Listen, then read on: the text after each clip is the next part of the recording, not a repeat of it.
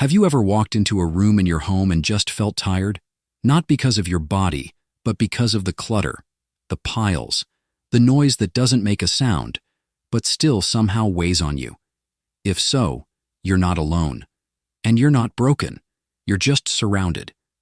Many of us have spent a lifetime gathering things, memories, tools, gifts, backups, paperwork, decorations, and just in cases that never really came. And one day, we look around and wonder where all the space went.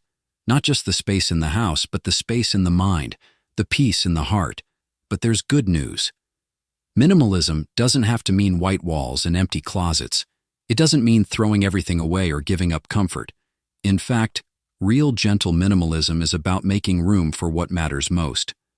And today, I want to walk you through 7 life-changing minimalist habits, inspired by quiet traditions from Japan, but softened and shaped for everyday life. They're simple, they're doable, and they're not just about your home.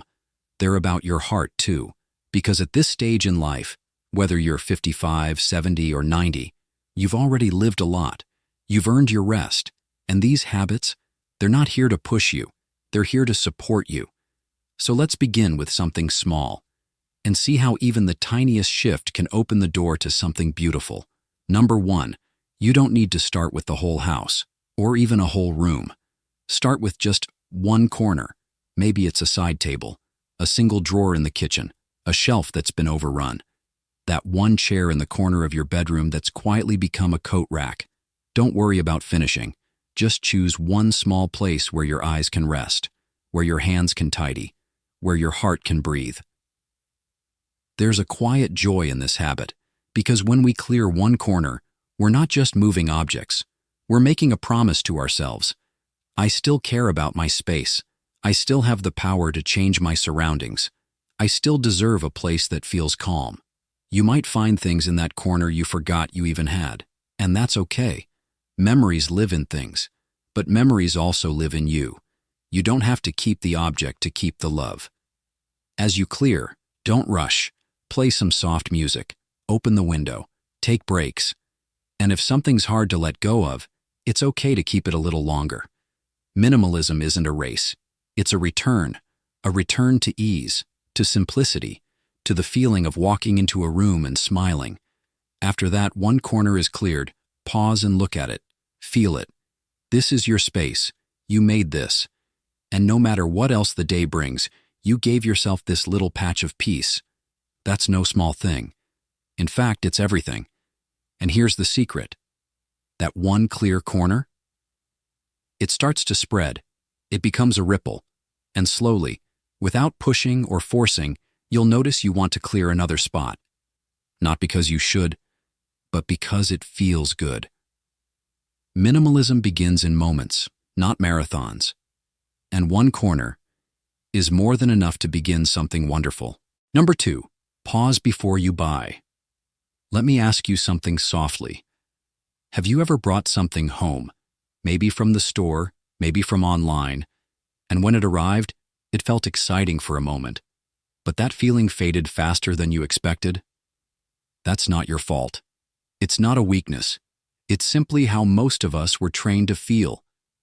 That if something's missing on the inside, maybe something on the outside can fix it. And sometimes, it does bring comfort. A new blanket, a warm mug, a tool that makes life a little easier. These things can be wonderful, but not every purchase comes from peace. Sometimes it comes from a quiet ache, from boredom or loneliness, from needing a lift on a tough day. That's why this habit is so powerful, so healing. Pause before you buy. That's all. You don't have to say no. You don't have to delete your cart or cancel the order. You just pause. Maybe for 5 minutes. Maybe for a day. Long enough to ask with kindness, is this something I need? Or is this something I'm using to fill a space that needs something else? That pause? It's not about denial. It's about awareness. It's a moment to turn inward, to gently listen to what's really going on. Maybe you're craving connection. Maybe you're tired. Maybe you're seeking beauty or purpose. What you need in that moment might not be a new thing. It might be a call to a friend, a walk outside, or a few deep breaths in your favorite old book. There's no judgment here. We all shop for reasons that go beyond utility. But with this one habit, this gentle pause, we get a little closer to clarity. And clarity is a gift. Because every time you choose not to bring something in that doesn't serve you, you're not just saving space, you're protecting your peace. Let me tell you a little story. A woman once told me she used to order something small every time she felt sad, just a trinket or a new kitchen item. It gave her a momentary high, but over time, her home filled up with things she didn't really love, and her sadness stayed. Then she began to practice the pause, not to punish herself, but to gently observe her patterns. And with each pause, she learned how to sit with her emotions, how to ride them like waves instead of covering them with clutter. She didn't stop shopping completely. She just became more thoughtful, more loving, to herself and to her space. That's what this habit is about. It's not minimalism for the sake of appearances. It's minimalism for the sake of your soul. And when you pause, when you really listen, you start to discover something beautiful. That what you already have, what's already within you, is often more than enough. You start to realize that you don't need more to feel more. Sometimes, peace comes not from gaining but from choosing. And that choice, it's always yours. Number 3, use what you already have.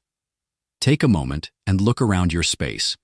Not with judgment, not with a critical eye, but with a soft gaze. Like you're seeing it for the first time. Like a guest gently stepping into your world. What do you see?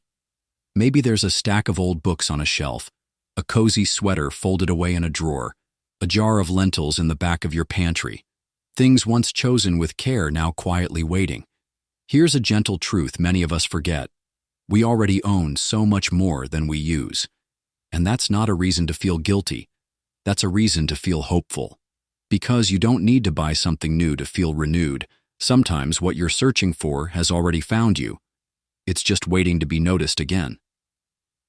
This third Japanese-inspired minimalist habit asks us to return to what's already here, to use what we already have before we seek more. It's a practice rooted deeply in Japanese traditions like motenai, a word that expresses regret over waste, but also deep gratitude for resources, time, and effort. When you start using what you have, you don't just reduce clutter, you start building a relationship with your belongings, with your home, with yourself. Let me share a story with you.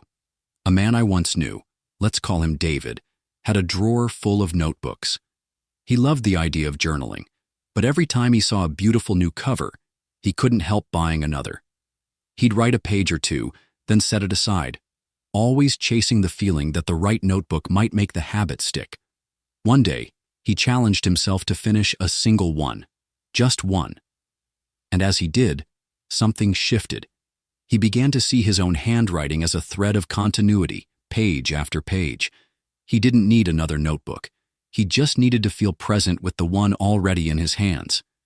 He told me later, it wasn't about the notebook. It was about me finally showing up.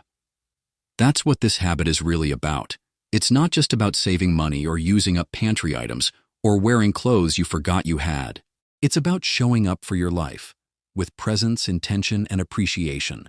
Try this. Before buying a new book, pick one you've owned for years and never read. Before replacing that spatula or sweater, ask if the old one still works, still holds warmth, still carries a story. Before you toss or donate something, give it one more chance to serve you with purpose. Even the act of repairing, stitching a small tear, can become a quiet ritual of care. In Japan, there's a beautiful philosophy called kintsugi, the art of repairing broken pottery with gold. The cracks aren't hidden, they're honored. The object becomes more valuable because of its history, not in spite of it. Your belongings are no different. When you begin to truly use them, to see them not as disposable but as companions on your journey, you find richness in the everyday. You start to feel supported by the very things you already chose long ago. And slowly, gently, the desire to constantly acquire begins to quiet down. Not because you're forcing yourself to stop, but because you're finally feeling full. Not stuffed, not burdened, but full, with contentment. That's the real beauty of this habit. It teaches us that life doesn't begin with the next thing we buy. It begins now, with what's already here, already waiting, already enough. Let's pause here for a moment and reflect. So far, we've explored the one-in, one-out rule, creating balance gently, the pause before you buy, inviting mindfulness into our spending, using what you already have, honoring the things we once brought home with love. Each habit is a small shift, but together they begin to rewrite how we interact with our spaces, with our belongings, and most importantly, with ourselves. Number 4, clear one small space each day.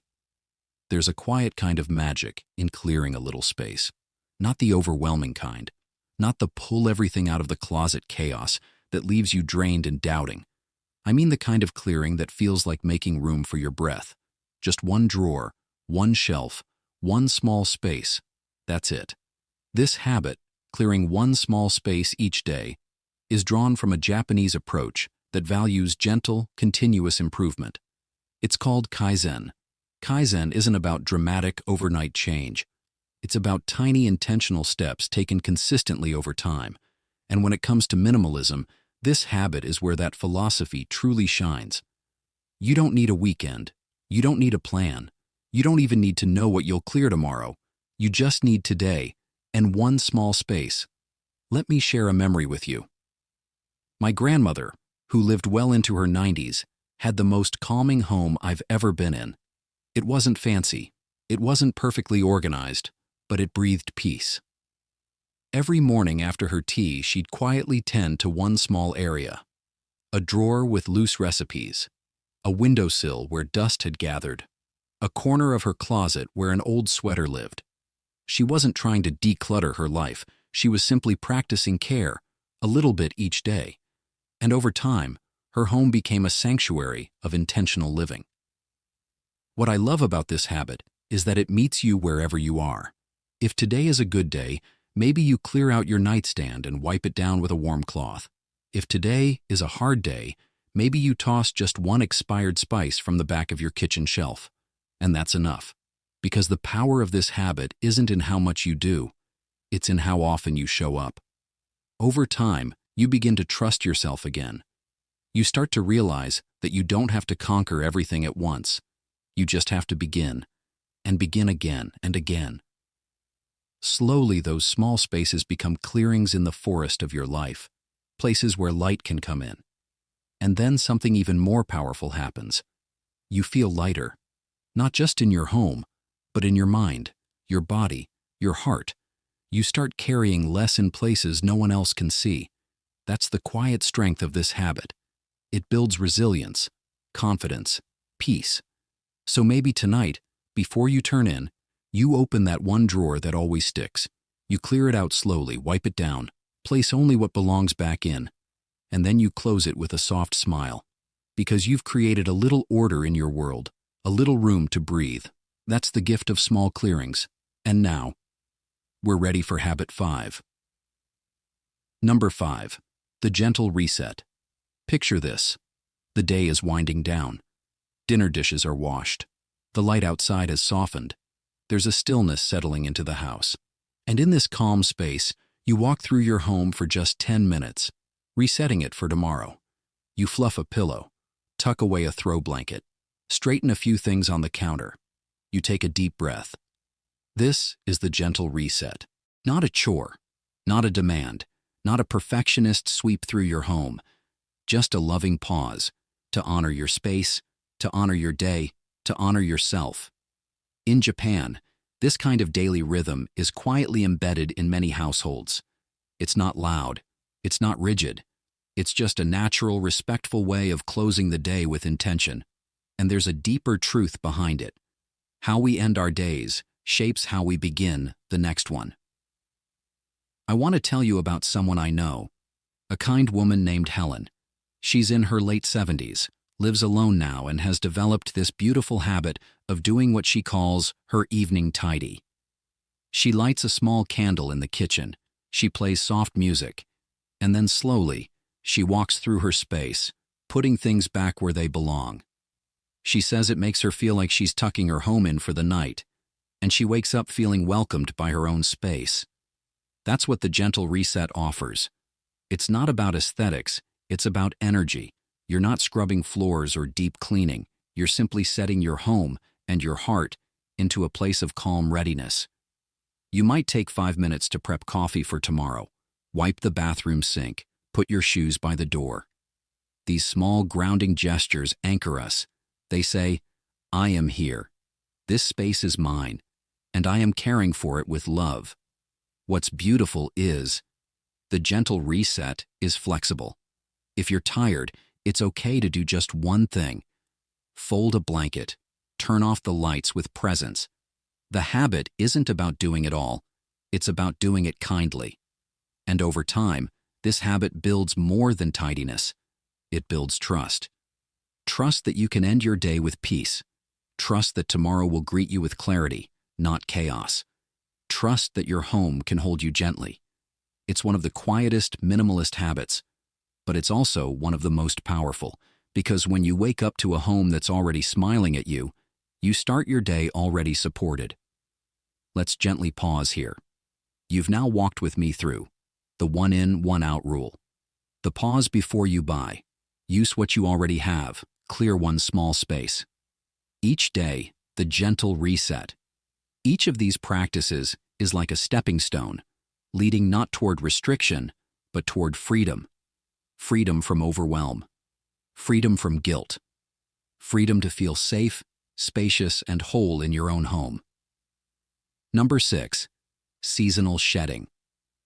There's a quiet rhythm to nature, a soft letting go that happens with each season. In Japan, this rhythm is deeply respected. It's honored not only in how people cook and dress, but also in how they tend to their homes. It's called seasonal shedding, a simple, intentional ritual of releasing what no longer fits this current chapter of your life. Think of it like this. Just as the cherry trees shed their blossoms in spring and the maple trees release their leaves in fall, we too are invited to release. Clothes that no longer serve us, decor that no longer brings joy, papers, tools, and gadgets that belong to a version of us we've quietly outgrown. And the beautiful part, it doesn't have to be dramatic. It doesn't have to be done all at once. You're simply tuning into the season and asking, what can I let go of right now? Let me share something personal. There's a woman I know, her name is Margaret. She's in her 80s now, lives in a small home in the countryside, and follows the seasons more faithfully than any calendar could tell her. At the start of each season, she walks through her home slowly, not with urgency, not with judgment, just with awareness. She'll look at a winter scarf and gently say, "Thank you. Not this season." She'll box it up or give it away. She'll notice a baking dish she hasn't used in years and offer it to her neighbor who just moved in. It's quiet, it's graceful, it's full of respect. Seasonal shedding isn't about getting rid of things. It's about making room for who you are becoming. And the beauty is, you're not shedding from lack or guilt. You're releasing from a place of love. You're saying, I no longer need this, but maybe someone else does. Or, this served me once and now I let it go. And just like that, your home becomes a living, breathing space, changing with you, supporting you, growing with you. Even emotionally, this habit brings healing. Because when we let go of objects, we're secretly holding on to just in case, or because it was expensive, or because I feel guilty. We make space for peace. So how do you start? It can be as simple as this. As the seasons change, choose one area to revisit. Maybe your coat closet, your pantry, your bookshelves. Hold each item and ask gently, is this still part of the life I'm living now? No shame, no pressure, just a quiet check-in. And here's a secret. The more you practice seasonal shedding, the more naturally it comes. You'll begin to notice how good it feels to carry only what matters. And you'll look around your space, and instead of seeing clutter, you'll see clarity. That's the power of seasonal shedding. A little each season. a lifetime of ease. Number 7. A place for everything, and everything in its place. This habit might sound old-fashioned. It's one your grandparents might have said out loud while folding towels or putting away the sugar. A place for everything, and everything in its place. But here's the thing. There's deep wisdom in this simple phrase. In Japan, this principle is quietly revered. It's not about strict rules or rigid routines. It's about respect for your space, for your things, for your time, and most of all, for your peace of mind. When everything has a home, you spend less time searching, less time cleaning, and less time feeling overwhelmed by stuff. There's a Japanese concept called danshari, which means to refuse, dispose, and separate. But beneath those words is a deeper idea. Your home should only hold what brings clarity, and those things deserve a home too. I remember visiting a friend's house, a kind, soft-spoken man in his 70s. His space was warm and simple, filled only with what he truly needed and loved. When I asked how he kept it so peaceful, he smiled and said, "I just give everything a place. Then I put it back when I'm done. That's all." It sounded too simple to be life-changing, but the more I practiced it, the more I realized it was life-changing. When your scissors are always in the same drawer, you don't spend 5 minutes searching. When your mail has a tray, you don't feel overwhelmed by unopened envelopes. When your keys rest in a small bowl by the door, you feel calm as you leave the house. It's not about being perfect. It's about being kind to yourself. Every time you return something to its home, you're telling your nervous system, you are safe, you are supported, you are in control. Even in the tiniest ways, this builds confidence. This habit also makes tidying up almost effortless. Because when you know where things go, cleaning becomes less of a chore and more of a reset. You're simply returning items to where they want to live. It's a small shift, but it changes everything. And for those of us who are aging, this habit becomes even more important. It reduces mental clutter. It prevents accidents. It keeps your space not only tidy, but safe. So where can you begin? Start small. Give your most used items a home. Your reading glasses, your phone charger, your mug, your meds. Make their place simple, obvious, and reachable, and over time expand that to other areas. It's not about organizing your whole house overnight. It's about creating harmony in small corners. And here's the beauty. When you walk through a home where everything has a place, you feel it. It feels settled. It feels held. It feels like love. That's the gift this habit gives. We've now arrived gently at the end of our journey together. 7 habits, each one rooted in calm, in simplicity, in kindness. These are not rules, not chores, not burdens. They are invitations to slow down, to come home to yourself, to live more fully in the spaces you already occupy.